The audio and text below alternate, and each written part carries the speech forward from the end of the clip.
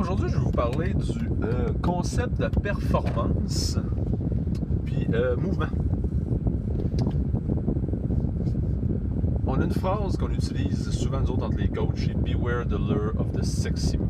Ça veut dire quoi? Le sexy move, c'est tous les mouvements fancy du CrossFit. Tu sais, keeping pull-up, il est toujours plus sexy. Le butterfly pull-up, il est vraiment trippant. Tu le regardes, tu fais « Wow, c'est haut niveau ». Les muscle-up, ça reste ça. Puis après ça, dans toute cette catégorie-là, jusqu'à un certain spectre, on peut rentrer toutes les espèces de bébelles que tu as vues sur Instagram qui ont vraiment l'air cool comme mouvement, mais qu'en bout de ligne, qui ne donnent pas grand-chose. Je m'explique. Pour vous autres, le commun, pour nous autres, le commun des mortels qui ne va pas aux Games, notre job, c'est pas de gagner les CrossFit Games. Notre job, c'est pas d'aller aux Regionals. Notre job, c'est juste d'être en forme. Puis d'être en forme, c'est quoi? Ben, ça varie probablement d'une personne à l'autre comme définition.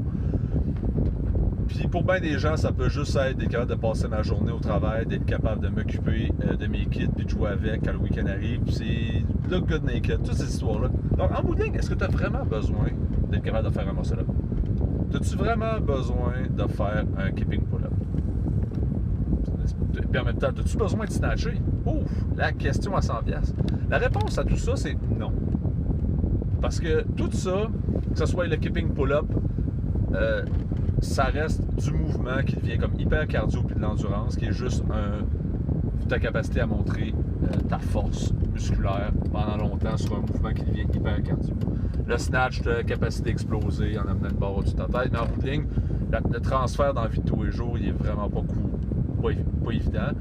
Puis le risque blessure, le risque par rapport à ce que ça peut t'apporter en finale, il est peut-être élevé comparé à d'autres choses, mais on aime ça. Pourquoi? Parce que ça met un peu de spice dans vos vies, ça met un peu de piquant dans les entraînements, puis ça varie.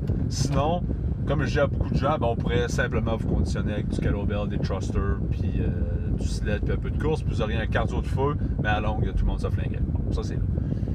Nos sexy moves, nos mouvements, tout ça, ça peut seulement être accessible si tu as une bonne base de force puis tu as une bonne base structurelle sur les mouvements de base. Ce qui veut dire, avant de te garrocher sur un handstand push-up comme un champion, ben j'espère que tu vas être capable de me démontrer que tu as une turbo-mécanique de push-up.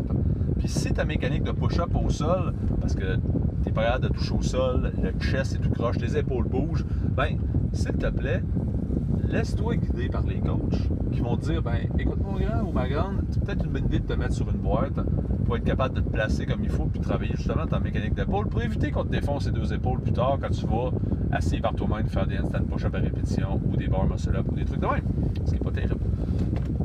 Ça c'est travailler sur les bases, travailler sur la structure puis la bonne mécanique de comment le corps marche. Donc des fois, ça va dire qu'on va s'éloigner peut-être un peu de la performance dans un workout pour simplement s'assurer que ta mécanique est respectée, que les chaînes musculaires sont sous tension correctement, puis que tu bouges correctement pour permettre de supporter ce régime-là, ce cadre-là, pendant longtemps et non pendant un petit feu de paille de 6 mois, ou après ça, ben, ton mal de genou légendaire va revenir parce qu'on ne l'a pas adressé, ou bien parce que tu n'as pas voulu l'adresser, parce que quand tu es venu le temps de scaler tes mouvements, ou de remplacer ça par d'autres mouvements, tu faisais comme « Ah ouais, mais je veux vraiment faire tel snatch, je vais faire tellement des cleans. » Ouais, mais en bout de ligne, c'est pas important.